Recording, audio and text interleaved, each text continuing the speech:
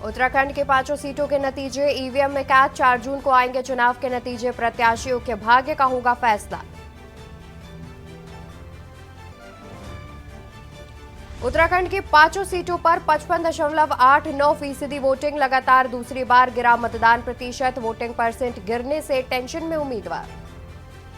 उत्तराखंड का राज्य से सटी सीमाएं खुली, शराब की बिक्री लगे प्रतिबंध भी हटे, प्रदेश की 5 सीटों पर शांतिपूर्ण रहा चुनाव। चुनाव के बाद चारधाम यात्रा की तैयारी में जुटी सरकार, अधिकारियों को जारी हुए दिशा निर्देश, आने वाले श्रद्धालुओं की सुविधा को देने पर focus. Ranikhet Haldwani state highway पहाड़ बने आफत, हाईवे पर पत्थरों के गिरने का सिलसिला जारी, सुरक्षा इंतजाम नहीं होने से मुश्किल हो रहा लोगों का सफर। उत्तराखंड के जंगलों में लगे आग पर अब तक काबू नहीं, आग से धधक रहे रुद्रप्रयाग के जंगल, आग बुझाने के लिए फायर फाइटर्स ने झोंकी ताकत। आप देख रहे हैं के न्यूज, खबरों का सारथी। नमस्कार, आप देख रहे हैं के न्यूज इंडिया, मैं हूं आपके साथ अवंतिका अवस्थी। खबरों में आगे बढ़ते हैं, जहां पर उत्तराखंड की 5 सीटों के नतीजे ईवीएम में हुए कैद। उत्तराखंड की 5 सीटों के नतीजे ईवीएम में कैद, 4 जून को आएंगे 5 सीटों के चुनाव के नतीजे, प्रत्याशियों के भाग्य फैसला ईवीएम में कैद। उत्तराखंड में सभी की नजरें नतीजों पर टिकी। उत्तराखंड की 5 सीटों के नतीजे ईवीएम में हुए कैद, 4 जून को आएंगे 5 सीटों के चुनाव के नतीजे, प्रत्याशियों के भाग्य का फैसला ईवीएम में हुआ कैद। उत्तराखंड में सभी की नजरें नतीजों पर टिकी।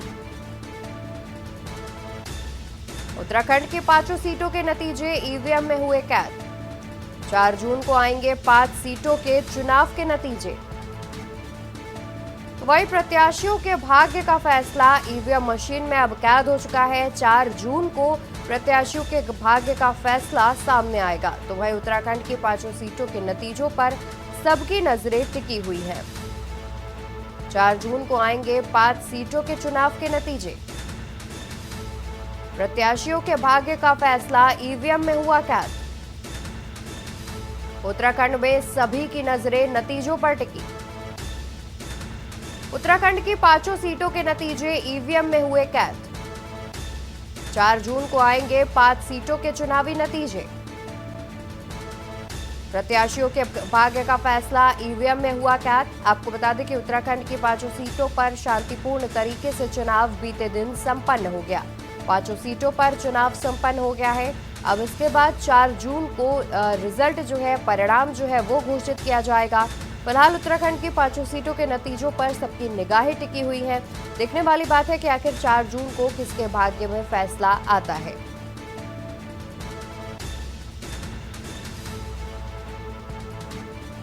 और उत्तराखंड की 5 सीटों के नतीजे ईवीएम में अब कैद हो चुके हैं। 4 जून को ही 5 सीटों के चुनाव के नतीजे जनता के सामने आएंगे। तो वही खबर आपको देहरादून से बता दें, जहां पर 2019 के मुकाबले 2024 में कम हुआ मतदान। उत्तराखंड की 5 सीटों पर 55.89% वोटिंग की गई है। उत्तराखंड की 5 सीटों पर 55.89% वोटिंग, लगातार दूसरी बार गिरा मतदान प्रतिशत, वोटिंग परसेंट गिरने से टेंशन में उम्मीदवार। खबर राजधानी देहरादून से, जहां पर 2019 के मुकाबले 2024 में हुआ कम मतदान। उत्तराखंड की 5 सीटों पर 55.89% वोटिंग की गई, लगातार दूसरी बार मतदान प्रतिशत गिरने से टेंशन में नजर आ रहे हैं उम्मीदवार। वोटिंग परसेंटेज गिरने से टेंशन में उम्मीदवार। उत्तराखंड की 5 सीटों पर 55.89% वोटिंग, लगातार दूसरी बार गिरा मतदान प्रतिशत, वोटिंग परसेंटेज गिरने से टेंशन में उम्मीदवार। खबर राजधानी देहरादून से सामने आ रही है, जहां पर 2019 के मुकाबले 2024 के चुनावों में वोटिंग परसेंटेज कम होने की बात सामने आई है, जहां पर लगातार दूसरी बार मतदान प्रतिशत गिरा है, जिसको लेकर के उम्मीदवार टेंशन में नजर आ रहे हैं। उम्मीदवारों के चिंता का विषय बन गया है वोटिंग परसेंटेज। जहां पर 2019 के मुकाबले 2024 में हुए मतदान में वोटिंग परसेंटेज 55.89% ही रहा।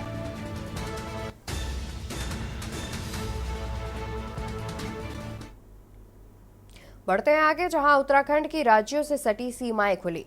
400 मीटर में शराब की बिक्री लगे प्रतिबंध भी हटाए गए। 400 मीटर में शराब की बिक्री लगे प्रतिबंध भी हटे।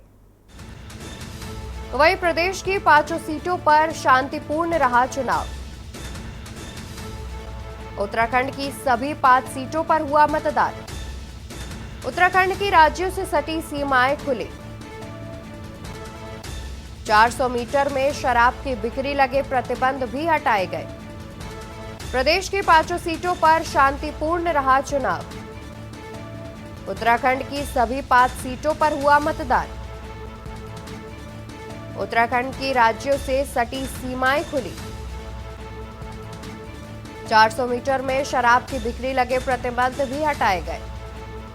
तो वहीं प्रदेश की 5 सीटों पर चुनाव शांतिपूर्ण तरीके से संपन्न कराया गया। उत्तराखंड की सभी 5 सीटों पर बीते दिन मतदान किया गया और प्रदेश की सभी 5 सीटों पर शांतिपूर्ण तरीके से मतदान संपन्न कराया गया, जिसके बाद उत्तराखंड की सीमा से सटे हुए जितने भी चीजें थी जिन पर प्रतिबंध था उन्हें भी खोल दिया गया है।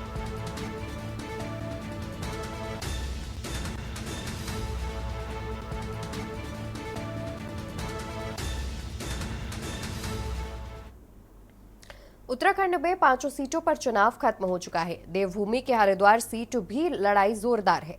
सभी को अब 4 जून के नतीजों का इंतजार है। ये सीट न सिर्फ धार्मिक बल्कि सियासी मायनों में भी खास है। यहां से 14 प्रत्याशी चुनावी मैदान में रहे हैं, जिनके भाग्य का फैसला अब ईवीएम में कैद हो गया है। कितनी अहम है देवभूमि की हरिद्वार सीट, देखिए इस रिपोर्ट में। लोकसभा चुनाव के दंगल में उत्तराखंड की हरिद्वार सीट कई मायनों में बेहद अहम है।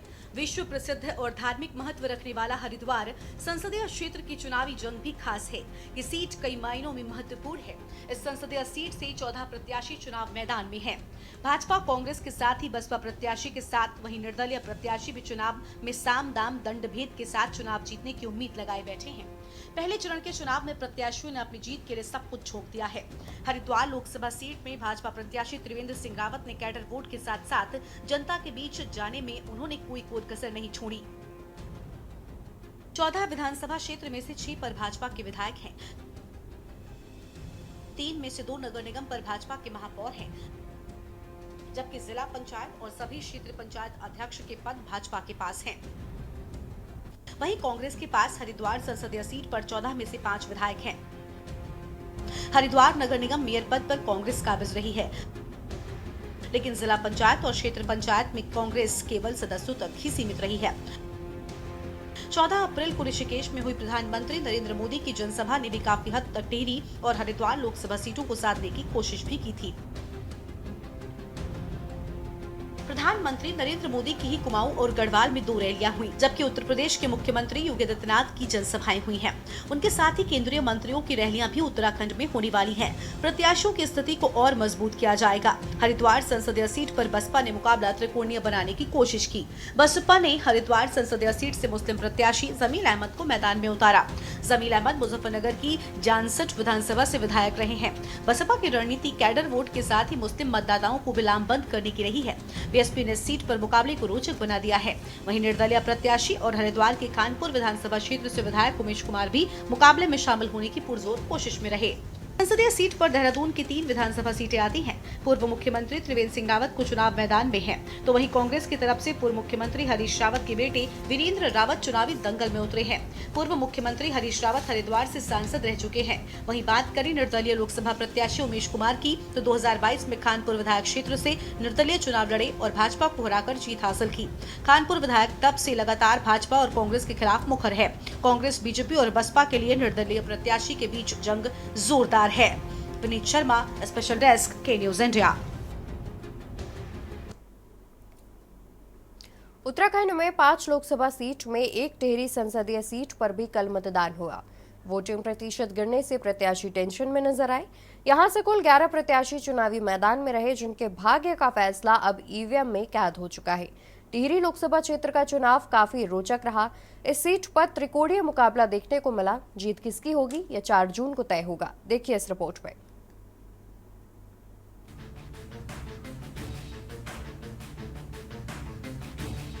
टिहरी संसदीय क्षेत्र में 11 प्रत्याशी चुनाव मैदान में हैं। टिहरी लोकसभा क्षेत्र का चुनाव भी काफी रोचक बना हुआ है। 2 बुजुर्ग प्रत्याशियों के बीच एक युवा प्रत्याशी ने मुकाबले को त्रिकोणीय और रोचक बनाया हुआ है। टिहरी संसदीय क्षेत्र पर देहरादून की 7 विधानसभा क्षेत्र के वोटरों का भी बड़ा दारोमदार रहेगा। देहरादून की 7 विधानसभा सीटों से जो प्रत्याशी बढ़त बनाएगा, संभवतः संसद की राह उसके लिए आसान होगी। देहरादून की 7 सीटों पर 8.25 लाख तो टिहरी और उत्तरकाशी जिले के 7 विधानसभा क्षेत्र में कुल 7.30 लाख वोटर हैं। नई टिहरी संसदीय क्षेत्र के अंतर्गत आने वाली 14 विधानसभा सीटों में से 11 पर भाजपा, 2 पर कांग्रेस और 1 पर निर्दलीय विधायक काबिज है। इस सीट पर भले ही 11 प्रत्याशी हों, लेकिन भाजपा के सिटिंग एमपी माला राज्य लक्ष्मी शाह, कांग्रेस के जोत सिंह गुनसोला और निर्दलीय प्रत्याशी बॉबी पवार के बीच कड़ा मुकाबला है। टिहरी संसदीय सीट से राजशाही परिवार की माला राजलक्ष्मी शाह 3 बार सांसद बन चुकी है और चौथी बार चुनाव मैदान में है। वहीं कांग्रेस प्रत्याशी जोत सिंह गुनसोला 2 बार मसूरी के पालिका अध्यक्ष रहने के साथ ही 2 बार मसूरी के विधायक भी रहे हैं। निर्दलीय प्रत्याशी बॉबी पवार को उत्तराखंड क्रांति दल ने भी अपना समर्थन दिया है, तो वहीं क्षेत्र में कई जगहों पर पूर्व सैनिक भी बॉबी पवार के समर्थन में चुनाव प्रचार में रहे। जोत सिंह गुनसोला और राज्य लक्ष्मी शाह के प्रतिद्वंदी के रूप में चुनाव मैदान में उतरे निर्दलीय और युवा प्रत्याशी बॉबी पवार ने मुकाबले को रोचक बना दिया है। कांग्रेस प्रत्याशी का जनाधार अपने ही क्षेत्र तक सिमटने के चलते मुकाबला थोड़ी 19 और 20 का है। हाथी ने भी पहाड़ चढ़ने की कोशिश की है और नेमचंद छुरियाल को अपना प्रत्याशी बनाया। टिहरी संसदीय सीट से जहां अपने मजबूत कैडर वोट को लेकर भाजपा और कांग्रेस आश्वस्त हैं, तो युवा के भरोसे पूर्व सैनिक बॉबी पवार ने चुनाव प्रचार में अपनी नाव की पतवार चलाई है। ऐसे में किस प्रत्याशी के चेहरे पर जीत की मोहर लगेगी, ये बड़ा सवाल है। विनीत शर्मा, स्पेशल डेस्क, के न्यूज इंडिया।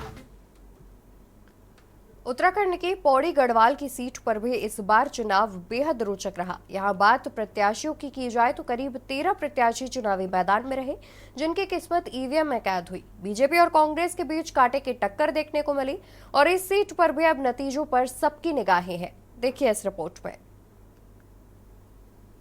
लोकसभा चुनाव के रण में 102 सीटों में से एक उत्तराखंड की पौड़ी गढ़वाल की सीट है, जिस पर चुनावी दंगल जोरदार है। गढ़वाल लोकसभा सीट में 13 प्रत्याशी चुनावी मैदान में हैं। कांग्रेस, बीजेपी, उत्तराखंड क्रांति दल, बसपा, अखिल भारतीय परिवार पार्टी, बहुजन मुक्ति पार्टी, उत्तराखंड सामान्य party, socialist, unity centre of India, communist, सैनिक समाज पार्टी के साथ ही 4 निर्दलीय प्रत्याशी चुनावी दंगल में हैं। हालांकि 13 प्रत्याशियों में से मुकाबला भाजपा और कांग्रेस के बीच ही माना जा रहा है। इस सीट पर भाजपा की ओर से राज्यसभा सदस्य और राष्ट्रीय मीडिया प्रमुख अनिल बलूनी चुनावी मैदान में हैं, तो वहीं कांग्रेस ने पूर्व प्रदेश अध्यक्ष गणेश गोदियाल को अपना प्रत्याशी बनाया है। पौड़ी गढ़वाल सीट पर जातीय समीकरण कई तरीकों से मायने रखते हैं। इस सीट पर वोटों का समीकरण ठाकुर और ब्राह्मणों के वर्चस्व में बटा नजर आता है, लेकिन दोनों प्रत्याशियों में मतदाता किसका रुख करेंगे, ये मतदाता ही तय करेगा। हालांकि स्थानीय लोग चुनाव में स्थानीय नेता को ही उतारने की पैरवी करते रहे और प्रचार में जनता दोनों ही प्रत्याशियों के साथ दिखाई पड़ी है, लेकिन वोटों के नाम पर मतदाताओं की चुप्पी ने दोनों ही दलों की चिंता को बढ़ा दिया है। पौड़ी गढ़वाल सीट पर पौड़ी, चमोली, रुद्रप्रयाग के 11 विधानसभा क्षेत्र शामिल हैं। कुल 14 विधानसभा सीटों में से शेष 3 टिहरी जिले की 2 विधानसभा, देवप्रयाग और नरेंद्रनगर नैनीताल जिले की रामनगर विधानसभा सीट शामिल है। संसदीय क्षेत्र भौगोलिक नजरिए से राज्य के 5 जिलों में फैला हुआ है। यहाँ चुनाव मैदान में उतरे प्रत्याशियों के लिए विषम परिस्थितियां हैं, क्योंकि इस चुनावी दंगल में प्रत्याशियों को चीन तिब्बत की सीमांत क्षेत्र, नीति माड़ा, केदारनाथ घाटी सहित उच्च हिमालयी क्षेत्र की खड़ी चढ़ाई वाले दुर्गम स्थानों तक जनसंपर्क करना बेहद चुनौतीपूर्ण है। तराई क्षेत्र में कोटद्वार से लेकर रामनगर तक की दौड़ भी प्रत्याशियों ने पूरी की है। ऐसे में राष्ट्रीय दलों के प्रत्याशी तो फिर भी 5 जिलों तक पहुँचे, लेकिन अन्य प्रत्याशियों के लिए बेहद चुनौतीपूर्ण प्रचार रहा। सीट का इतिहास देखें। 1951 में पौड़ी गढ़वाल में पहला लोकसभा चुनाव हुआ। इस सीट का नाम मुरादाबाद डिस्ट्रिक्ट नॉर्थ ईस्ट हुआ करता था। 1977, 1980, 1989 को छोड़कर ये सीट बीजेपी और कांग्रेस के पास ही रही। पौड़ी गढ़वाल में 86% हिंदू, 8% मुस्लिम, 4% सिख और 2% ईसाई वोटर है।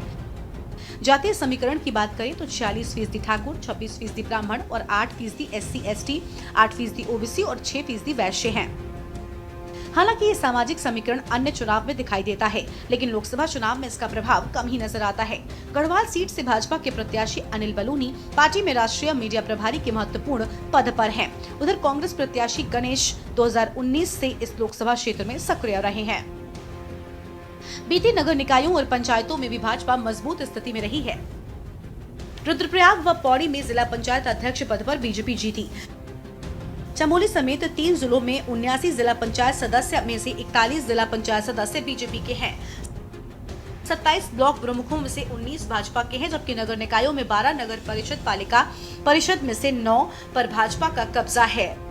ऐसे में चुनाव में किसकी जीत और किसकी हार होगी, ये देखना दिलचस्प होगा। विनीत शर्मा, स्पेशल डेस्क, के न्यूज इंडिया। उत्तराखंड के सियासी रण में हर किसी की नजर नैनीताल उधम सिंह नगर लोकसभा सीट पर रही। वोटर ने अपने मन की बात ईवीएम का बटन दबाकर साफ कर दी।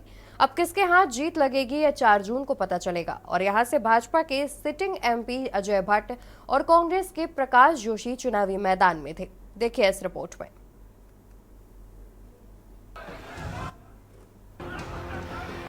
खंड के सियासी रण में नैनीताल उधम सिंह नगर लोकसभा सीट पर चुनावी दंगल जोरदार है।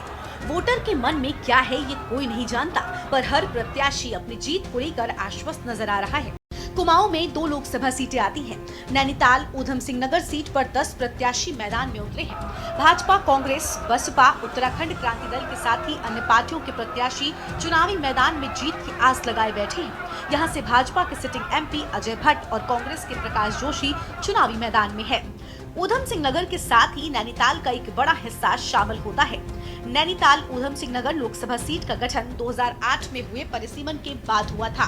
विश्व प्रसिद्ध नैनीताल पर्यटन के लिहाज से काफी अहम माना जाता है, तो वहीं उधम सिंह नगर औद्योगिक क्षेत्र के रूप में अपनी अलग पहचान बनाए हुए है। वहीं भौगोलिक दृष्टि से उधम सिंह नगर का खटीमा शहर नेपाल से लगा हुआ है और इसका काफी बड़ा हिस्सा उत्तर प्रदेश की सीमा से सटा हुआ है। नैनीताल उधम सिंह नगर लोकसभा सीट में कुल 14 विधानसभा सीटें आती हैं। नैनीताल जिले में 5 और उधम सिंह नगर जिले में 5 विधानसभा क्षेत्र शामिल हैं।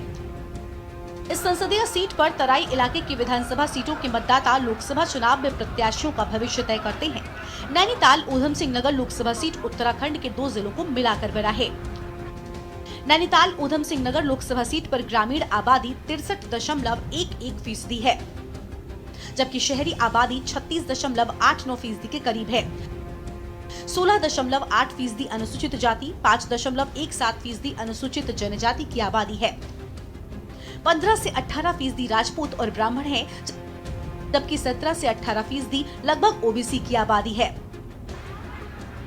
इस सीट को लेकर एक ये भी दावा है कि यहां से जिस पार्टी का प्रत्याशी जीता है, केंद्र में इस दल की सरकार बनी है।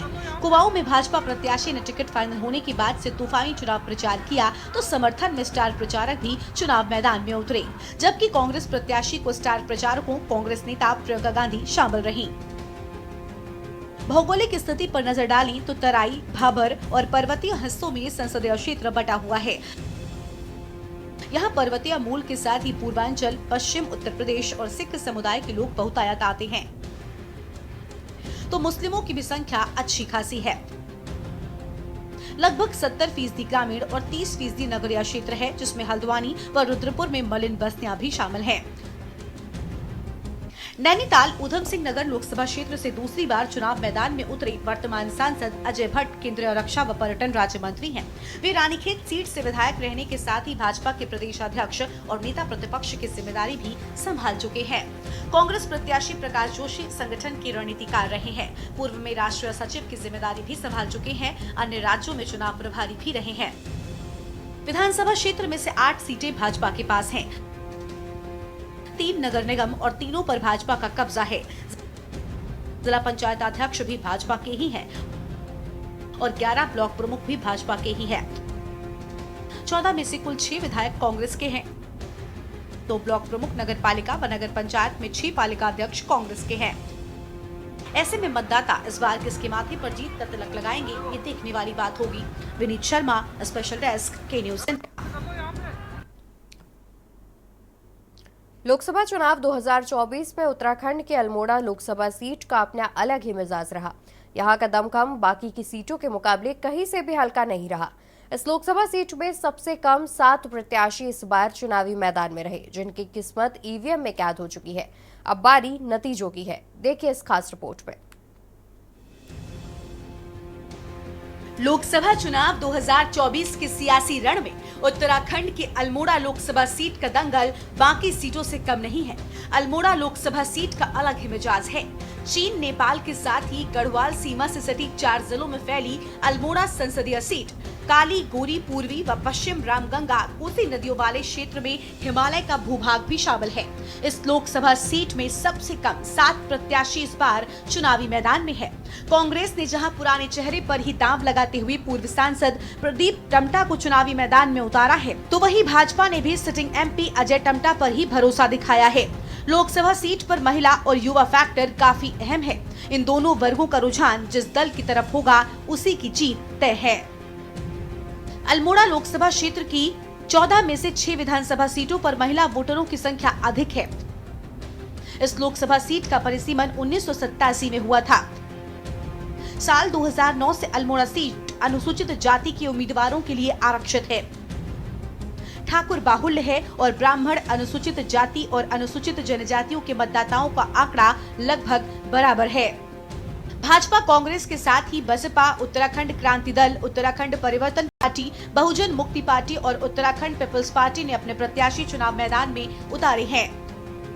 अल्मोड़ा सीट पर 90% आबादी ग्रामीण है, जबकि सिर्फ 10% मतदाता ही शहरों में निवास करते हैं। 4 जिलों के 5000 से अधिक गांवों के लोग जीत हार तय करते हैं। 55% राजपूत, 23% ब्राह्मण और 22% SC/ST वोटर हैं। चुनावी दंगल में बीजेपी, कांग्रेस के साथ बीएसपी प्रत्याशी ने चुनाव को त्रिकोणीय बना दिया है। ऐसे में वोटरों का दल किसके हिस्से में आएगा, ये तो वोटर ही जाने। लेकिन अल्मोड़ा सीट पर जंग जोरदार है, इसमें कोई शक नहीं है। मतदाता के वोट से किस दल के हिस्से में जीत आएगी और किस दल के हिस्से में हार, ये चुनाव के नतीजे ही तय करेंगे। विनीत शर्मा, स्पेशल डेस्क, के न्यूज इंडिया। और उत्तराखंड खबरों में मेरे साथ फिलहाल के लिए बस इतना ही। बाकी खबरों के लिए आप देखते रहिए के न्यूज इंडिया। नमस्कार।